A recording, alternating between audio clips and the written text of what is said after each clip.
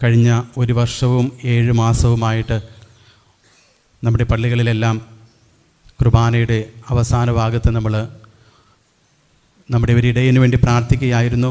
അത് ഞാനായിരുന്നോ എന്നെനിക്കറിയില്ലായിരുന്നു.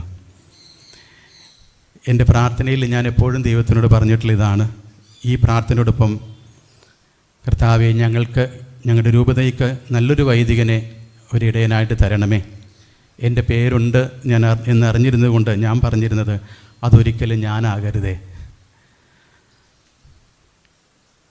ഇതെന്നെ അറിയിച്ച ദിവസം ഞാൻ വിഷമിച്ച് പള്ളിയിലിരുന്ന് പ്രാർത്ഥിക്കുന്ന സമയത്ത് എൻ്റെ ഒരു സ്നേഹിതൻ എനിക്ക് അയച്ചു തന്ന, അവനറിയില്ല, അവൻ അയച്ചു തന്നൊരു മെസ്സേജ് ഇപ്രകാരമായിരുന്നു: നീ എത്ര തവണ വഴിതെറ്റിയാലും ദൈവത്തിന് നിന്നിലേക്കുള്ള വഴി ഒരിക്കലും തെറ്റില്ല.